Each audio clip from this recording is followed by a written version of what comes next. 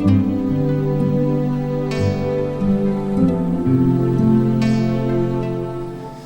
been a very long journey from the university. It's so hard to live alone as well. Ba abu ne mai sauki ba rayuwa kai kadai. I was living alone when I was 17. I left my mom when I was 17. Ba abu ne mai sauki ba rayuwa kai kadai. Ina zama ni kadai tun ina 'yar shekara 17 kuma nan shine gidana. It's hard living alone in a way because sometimes you get so lonely, but it's more of a private life. Like I have my privacy. Wasu lokutan mutum yakan zama shi kadai, amma yana da 'yanci yayi rayuwarsa ba tare da kowa ya dame shi ba. What I need to do without no one disturbing me. So the first thing I do sometimes is I just hold on my TV. I need to know what's going on in London. Da farko abin da nake idan na dawo gida sai na kunna TV na kalli shirin Jamie Cat. Jamie Cat show is all about young teenagers and young youth going through sexual addiction, drug addiction, depression, a lot of craziness out there. Shiri ne akan yara da suke harkar zinace-zinace da kuma shaye-shaye. Yana da ilmantarwa sosai. After watching the Jamie Cat show, what I tend to do is I tend to study. Bayan na gama kallo sai na yi karatu, amma idan akwai wani abin da nake so na kalla nakan tsaya na kalla. Like I said, I'm doing AAT, I'm doing an accounting qualification. Ina karatun lissafi ne kuma wannan shine littafin karatuna. And when I actually graduated, I'm thinking about moving to Nigeria. Idan na gama makaranta ina da niyyar koma Nigeria na yi aiki a can. So I'm just gonna study because I have exam coming up in a few weeks time. So. Yanzu zan yi karatu saboda ina da jarrabawa. Bayan na gama karatu yanzu ina da bukatar na sha ruwa. I need to drink water, so I'm just gonna go to the kitchen. And I'm cooking as well. I need to check my food. Au har na manta ina girki, bari na duba.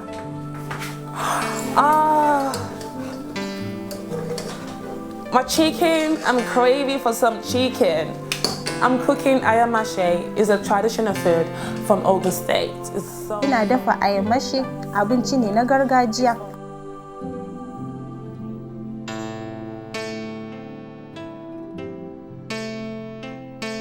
So I need to get my glass cup. I need to drink a lot of water. So.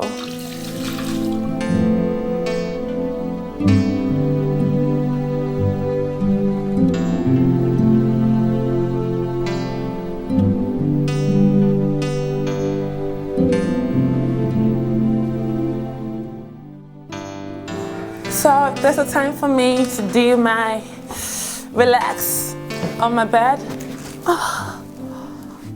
Yanzu lokaci yayi da zan huta, babu wani abin kallo.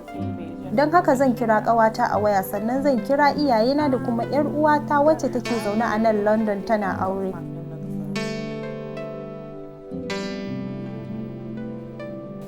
Hi, Cesar, were you? Yeah, I'm just back from uni, so I went to work as well. I did like 5 hours at work. Ya kike yanzu na dawo daga makaranta tun safe na gaji. Har na dafa abinci. Na gani yau a hanyata ta makaranta zan je na duba mahaifiyarmu ranar Lahadi. To sai an jima. Yanzu na yi magana da 'yar uwata amma mahaifiyata tana gurin aiki. Shi kuma babana ya tafi ƙasar Switzerland. Yanzu ba wani abin yi sai dai na yi bacci.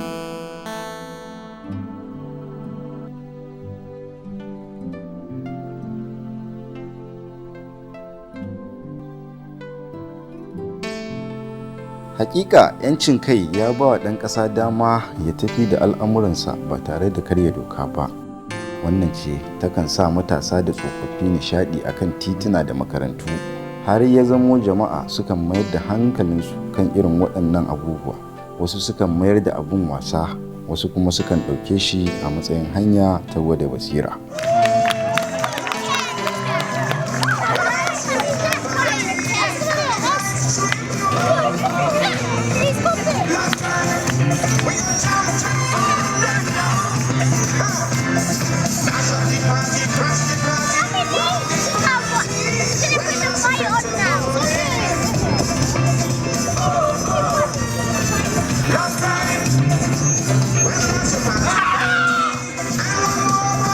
Oh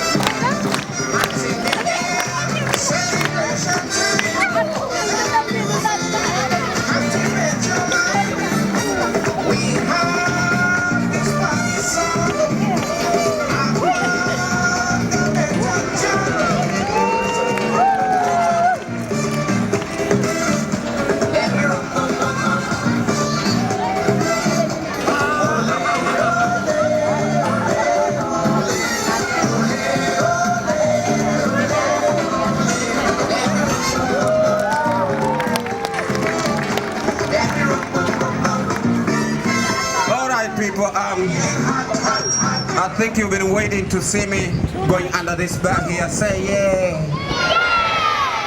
Come on everyone, it's not just the children and the drunk children here. Everyone, you've been waiting to see me if we're able to go under this bar here. Say yeah. People, before I'm gonna go under the bar, I just want to ask you a very simple question and a very simple answer from everyone. Have you enjoyed the show so far? Thank you guys. My name is Kaniki and I'm a professional street entertainer from Covent Garden with PhD, but unfortunately nobody pays me to do this. Oh, come on everyone, nobody pays me to do this.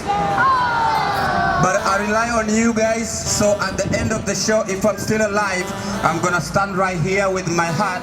All I'm asking you guys, turn into a human, come forward and show your appreciation here.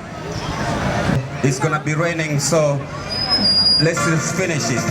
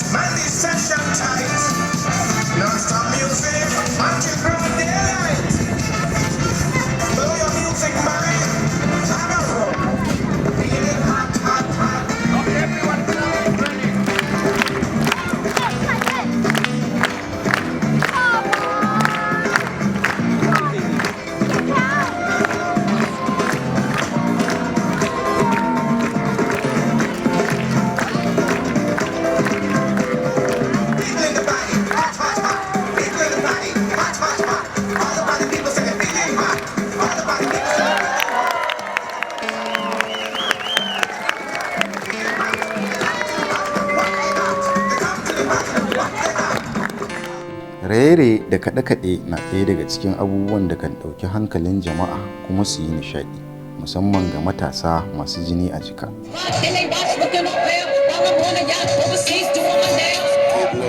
Now he's sitting there looking stuck. He thinking cause he spent a little dome bump. If money ain't a thing, I'm saying let him shit out. Type the empty account, how far you willing to go? He hopping on a jet, he ain't wasting no time. Told he always been paid, any place I can find. Get the hours in the winter, chicken all on his mix. Hey, y'all. Snoop Dogg, that's right. He said you can't smell the West from the DES. That's right. Hey, yo, take that for the show. Only you can. You know what I'm saying? I wouldn't rock right now. The name is Hov and I can't shake the town. Yeah, your boy's internationally known. Running from the hood, got a pocket full of stone. I used to cop robbery, turn it into easy spot. Just to stay Dougie from West, so I'm heavy in the deep. Yeah. The boy still super ransom. How about me? I'm in the dog town. Yeah. Nigga is the king now. Dope lyrics, the only thing I sling now. I get the job done. I put the king down. There's no biggie. King down. It's a problem. Shake it down.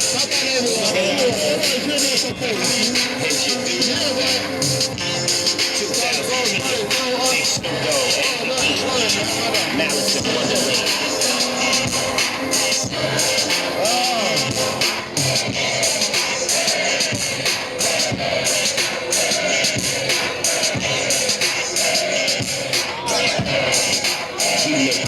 I was a fiend before I became a teen. I know to get snacks instead of cones for ice cream. I'm Orient Jade, that's how the West is the rich, looking like a million.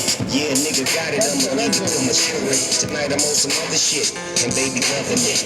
Hella fast, rip the ass like an oven mitt. I'm gooped up, boy, rich as fuck, boy.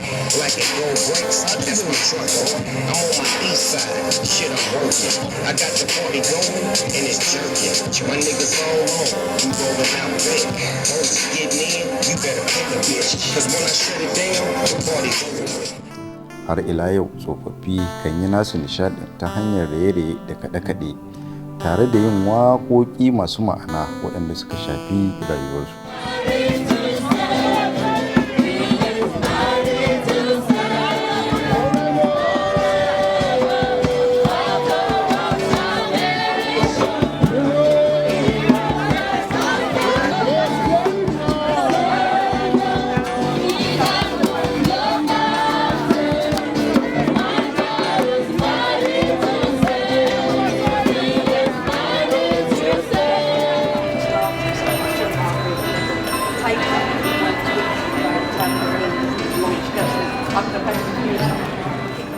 Masu kallon mu ga mu dai a birnin London kamar yadda ne muku bayani.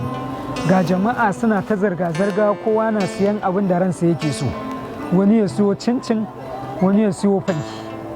To, kamar yadda ne muku bayani birnin London dai ba ruwan wani da wani, kowa harkarsa yake yi. To, za ku ga yadda ake ta rayuwa ana hada-hada duk dai da gari ya nuna ga sanyi ana yi. Sannan ga wasu mata can suna kiɗa. Wannan wani salo ne na bara. Su bara a nan birnin London bayin ta ake a zo a rika roƙo ana cewa ba mu ba, sai dai a ɗauko 'yan ganguna a kaɗa, in ka ji daɗin ganga ka je ka saka kuɗi. Za ku gan su ga can har da mai jita a cikinsu tana kaɗawa. Ana ta yi ana farin ciki. To wannan shine yanayi na tsarin birnin London. Kuna kallon yadda dukkan al'amura suke tafiya.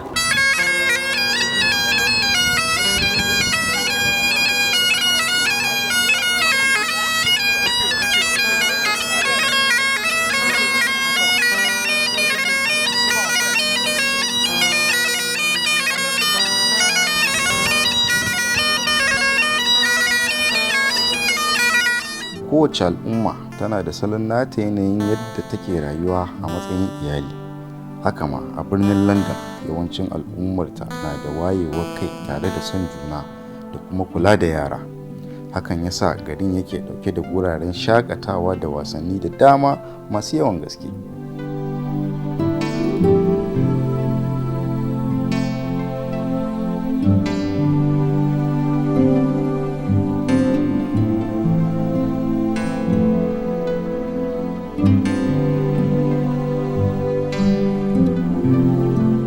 Iyaye kan kwashi 'ya'yayensu zuwa waɗannan gurare domin su yi wasa su kuma nishaɗantu.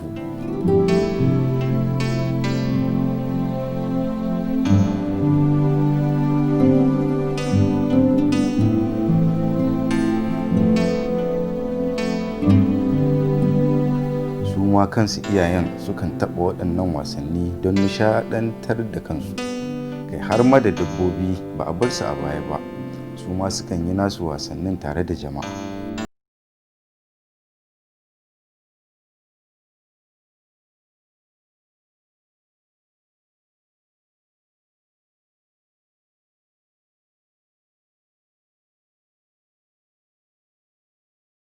Yawancin waɗannan gurare cike suke da kayayyakin wasa kala-kala masu ƙayatarwar gaske cikin tsari mai kyau. London Eye na ɗaya daga cikin gurare da jama'a kan ziyarta domin wasanni da kuma ɗebe kewa. Wannan guri ya samo asali ne tun shekara ta 1895. Guri ne mai ban sha'awar gaske musamman ga baƙi masu shiga wannan birni na London domin yawon.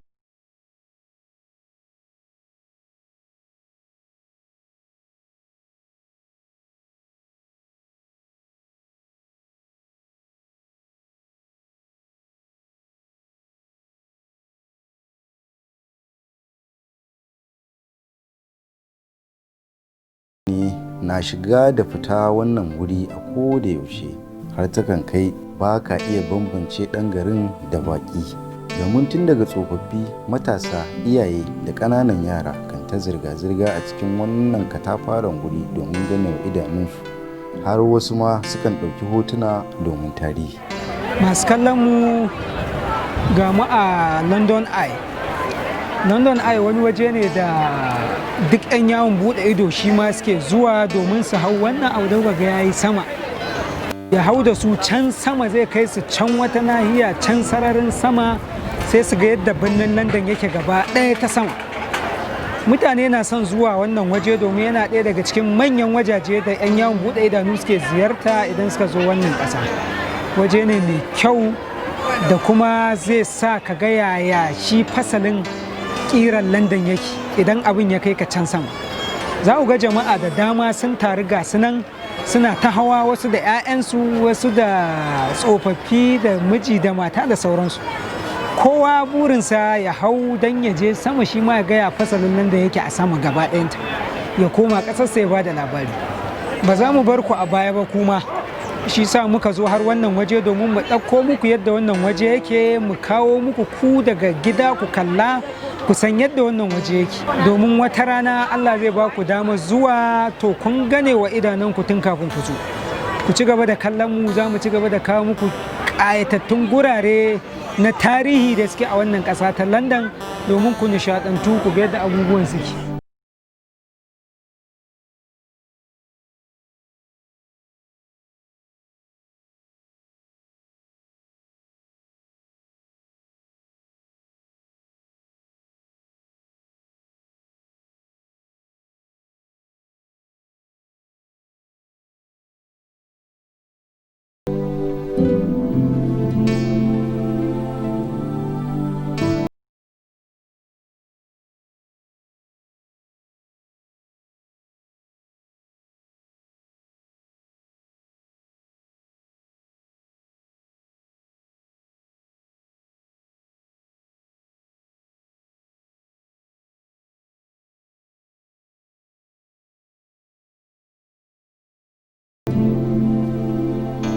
Masu kallon mu muna nan dai a London Eye yanzu kuma muna ci gaba da kawo muku abubuwa daban-daban na nishadantuwa.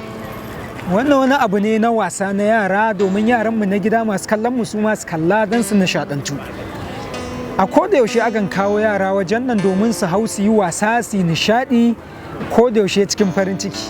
London Eye waje ne da akwai abubuwan mamaki daban-daban da za mu ci gaba da kawo muku yanzu domin ku kalla kuma ku yi nishadi. Waje da dukkan 'yan yawon buɗe idanu suke halatta an sun zo nan birnin London domin samun farin ciki da nishadi da walwala. A nan za ku ga yadda ga ruwa wanda suke da bukata suna hawa jirgin ruwa suna kewayawa, ana nuna musu yadda rayuwa cikin ruwa take, suna farin ciki. In kuka kula da dukkan masu giggiftawa kowa na cikin farin ciki da walwala da nishadi a wannan waje. Wannan waje ne da kowa in ya zo London yakan so ya ziyarce shi domin ganin yadda wannan wajen nishadi yake. Kuma ba mu bar ku a baya ba, mun zo domin mu kawo muku wannan abu ku gan shi daga inda kuke a faɗin duniya domin ku tsinci kanku cikin farin ciki da walwala. Nan waje ne mai kyau da duk wanda ya zo London muna masa fatan ya halarci wannan waje domin ya nishadantu. Da fatan za ku ci gaba da jin daɗin kallon mu a wannan shiri da muke kawo muku daga nan birnin London. A sha kallo lafiya, mun gode.